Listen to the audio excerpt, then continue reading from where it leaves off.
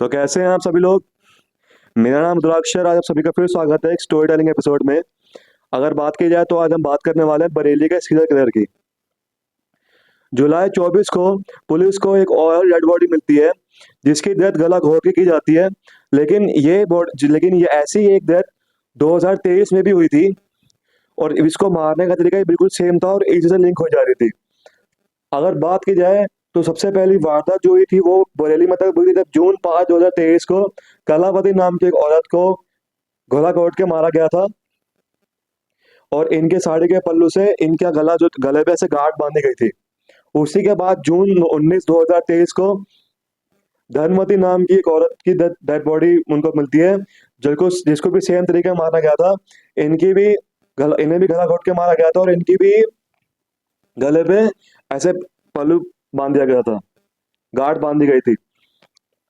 उसी के बाद जून 23 2023 को भी पुलिस को प्रेमवती नाम की एक औरत की डेड बॉडी मिलती है जिसको भी गला घोट के ही मारा गया था। उसके बाद फिर 5 अगस्त को विक्रवता नाम की एक औरत को भी ऐसे ही मारा गया था गला घोट कर। और उसके बाद 6 अगस्त को एक कुसुम नाम की औरत, जिसे कुसुमा ही बोल सकते हैं, जिन्हें कुसुमा ही बोल सकते हैं, उनको भी मारा गया था। और इन जितने भी औरत को मारा गया उनकी किसी से कोई जायज दुश्मन नहीं थी। इन सभी को गन्ने खेतों में ही इनकी डेड बॉडीज मिली गई थी और किसी को आसपास कुछ खबर भी नहीं थी कि कौन था कल्प्रिट, किसने मारा, किसी को कुछ पता चलता नहीं है। उसी के बाद 31 अक्टूबर को महमूदन नाम की एक औरत की भी लाश पुलिस को मिलती है गन्ने खेतों के अंदर, बरेली के अंदर ही। उसके बाद 20 नवंबर को दुलारा नाम की एक औरत की भी डेड बॉडी उनको मिलती है। और उसके बाद 26 नवंबर को उर्मिला नाम की डेड बॉडी पुलिस वालों को मिलती है। इसी दौरान आपने देखा कि मैंने 8 औरतों की 8 औरतों का नाम बताया जिनकी डेथ गला घोट कर की गई थी। जिसके बाद और इसी टाइम ड्यूरेशन में, मतलब इतनी जल्दी टाइम ड्यूरेशन में इन इन औरतों का मारा गया था कि बरेली पुलिस के पास टाइम नहीं था। उनके पास सांस लेने तक का भी टाइम नहीं था इन लोगों के पास।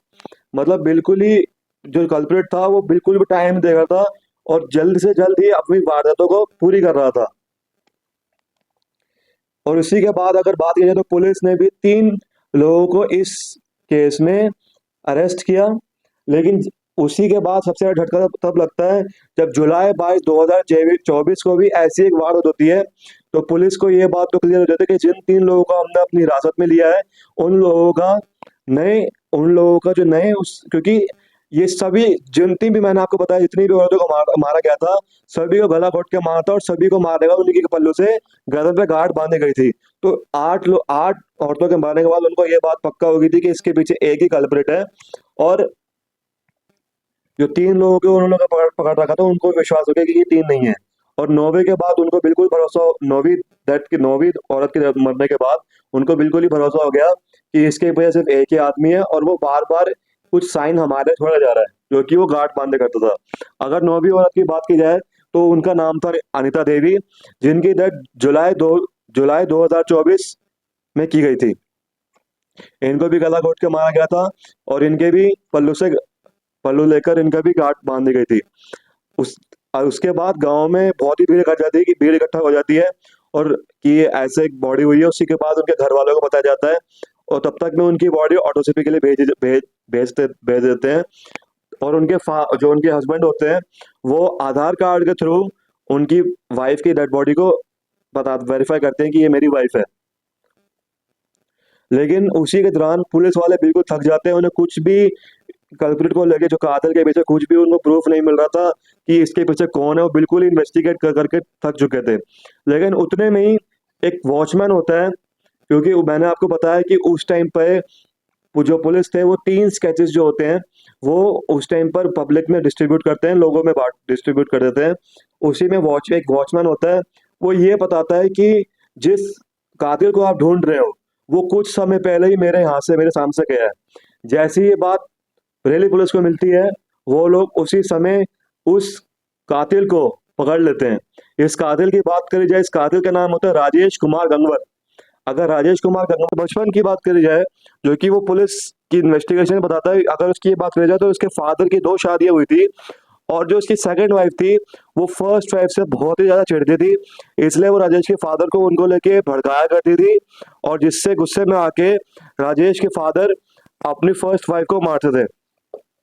अगर बात करी जाए तो राजेश की जो शादी थी वो 2014 में हुई, लेकिन उस अपनी बीवी को मारने के चक्कर में उसको इतना मारता था, उनका गला दबाता था, इसलिए पहले तक तो वो सहन करती रही उनकी बीवी, लेकिन बाद में उन्होंने राजेश को छोड़ दिया। राजेश जो था वो ज्यादा काम करता नहीं था, उसके कपड़े अक्सर फटे हुए होते थे, उसके पास खाने को नहीं होता था, इसलिए तरस में आके गांव वाले उसको कपड़े को पहनने के कपड़े और खाना दे दिया करते थे। वो फ्रिक्वेंटली अपने रिलेटिव्स के यहाँ जाता था और वहीं पर बहुत ही ज्यादा टाइम स्पेंड करा करता था।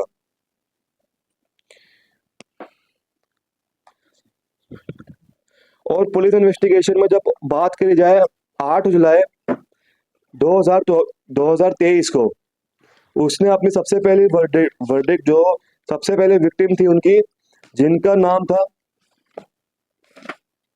कलावती जिन्होंने उनको जून 5 2023 को गन्ने के खेतों में मिली थी, उनसे उन्होंने सेक्सुअल फेवर्स मांगे थे।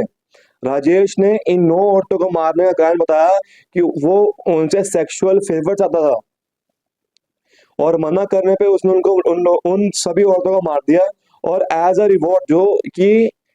रिवॉर्ड वो उनके कुछ या तो कान के बाल ही ले जाता था, या फिर उनका ब्लाउज हो गया, या कुछ कपड़े ले जाता था, उनकी लिपस्टिक ले जाता था, कि एज अ ट्रॉफी की मैंने ये चीज अचीव करी है।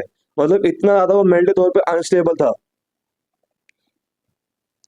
तो एक बात तो इस बात से एक बात बहुत पक्की है कि राजेश को बहुत टाइम के लिए अभी अंदर रहने वाला है, मेंटली तौर पे है, तो शायद उसको फांसी शायद शायद बच जाए। लेकिन इसके गांव वालों का ये कहना है कि राजेश जो है वो ये काम नहीं कर सकता है। राजेश क्योंकि देखा जाए वो बहुत ज्यादा मतलब राजेश ने मारने के बाद भी कोई उन लोगों की करने की उसके अंदर हिम्मत नहीं मिला, तो उसको मौका ही मिला तब भी वो उन औरतों का रेप नहीं कर सका, मतलब कुछ उनका फायदा नहीं उठा सका, क्योंकि वो बहुत ज्यादा डरपोक था। लेकिन गांव के लोगों के कहते हैं कि वो जो एक मच्छर भी नहीं मार सकता, तो वो ये चीज नहीं कर सकता,